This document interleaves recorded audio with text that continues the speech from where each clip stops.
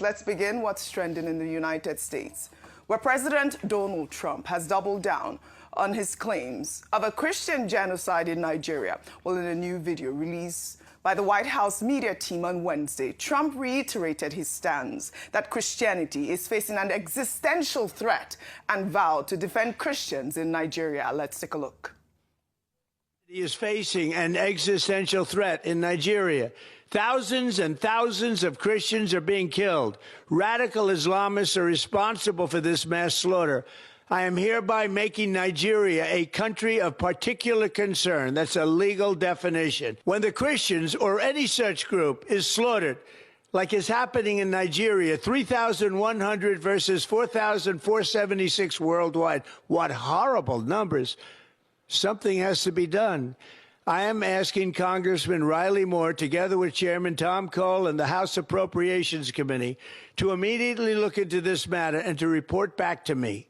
And I mean, like, immediately. The United States cannot stand by while such atrocities are happening in Nigeria and numerous other countries. It's not only Nigeria, it's all over. We stand ready, willing, and able to save our great Christian population around the world. This is not going to happen. The killing of Christians is not going to happen.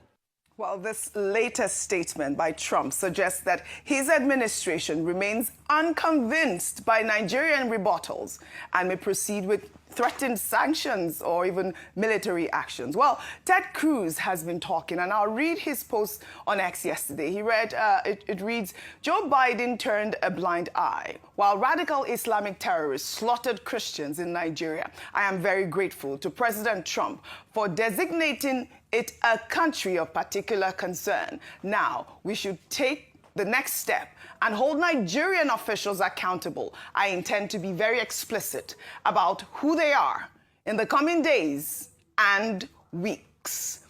Before I come to you, I'll take this.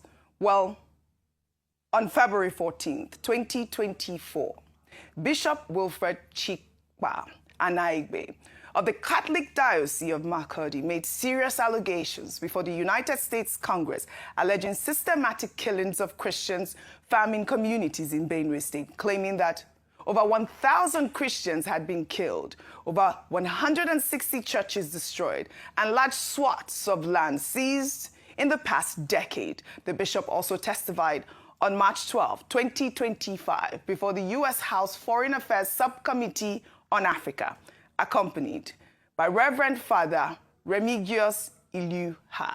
Let's take a look. Constitutionally, we are a secularist country, but our unity has been fragile. Political and religious actions and even public speech have been carefully managed to avoid accusations of religious bias.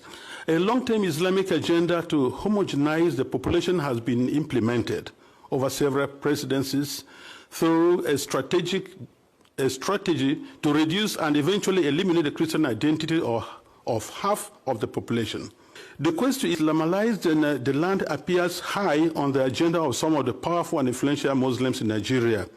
There is a campaign to take land to spread Islam, and there is the hemorrhaging of Christian farmers from the central region of Nigeria and Benue State, and Makurdi Diocese in particular, as they are forced to abandon fertile lands that use to feed the nation, which classify Benue as the food basket of the nation.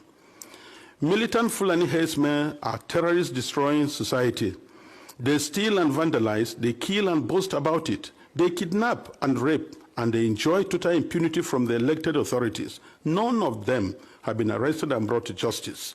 This is supported by the corrupt system in which we operate and the abject poverty among us, which allow the criminals to easily attract more recruits and prey on more victims. At the end of 2024, several villages were warned by the attackers of the upcoming violence, and the leaders called the police for defense ahead of time. But they did not come, and the Christian massacres, almost customary, took place, killing hundreds in Plateau and Benue. The militant also burned down the 8 Catholic churches of St. Mary's Parish in the Diocese of Boko, which in Benue State, as well as the parish house, clinics, schools, and other houses. We live in fear because at any point it can be our turn to be killed, but to remain silent is to die twice. So I have chosen to speak I speak on behalf of the millions who are in the camps. I speak on behalf of those whose loved ones have been killed, but no one has even offered a word of consolation to them. I speak on behalf of the thousands of young girls who have been adopted and raped because no one, not even the media, mentions them anymore. Foremost, I speak on behalf of my flock who are unable to worship freely and unable to return to their ancestral farms and homes because that land has been ruthlessly taken from them by the armed herdsmen. I request and I plead, I ask you to redesignate Nigeria as a country of particular concern. The bishop there requesting for Nigeria to be redesignated as a country of particular concern. Well, the bishop's testimony highlights the deep contested narrative around religious violence in Nigeria, while the bishop presents specific allegations of systematic targeting. Government officials maintain that terrorism affects all Nigerians regardless of faith. This leaves international observers to navigate the competing accounts of Nigeria's complex security challenges. And Rufai, so we've seen the bishop here and, other senators in America and, journalists across the globe submitting these sort of reports of what the bishop had described as a cleansing of Christians in the farmlands in his area. You heard him cry out. And we've seen these reports reverberate across the world right now after Trump's singular tweet. Your thoughts? People have said, oh, Trump didn't have evidence, Trump doesn't have information. But we don't have the information that the U.S. Department of State has at this moment. Oji, God bless you for playing that tape. But you see, after playing that tape, I will still tell you that what that priest did report is still underreporting because many of the cases are not reported. I read out a message about a vicar in Kaduna today, 600 million being asked. Many cases like that. But Oji, because I know the country I am from, I keep saying, let us stop the killings. Because the country I am from has now changed the conversation about Christians and Muslims, which is never the case. The point is, how will people commit crime and the state does not bring them down? And the state does not act as a deterrent from them to keep committing that crime. That's what I have a problem with. So that's why I campaign for stopping the killing. Because in the last 1 week, the conversation has shifted to which religion is being killed the most. And please, we should never fall into that confusion because it's that kind of confusion the political actors want. In all of this, none of them have come out to say, these are the advised steps we are going to take to stop the killings. The conversation has been, call Trump a liar,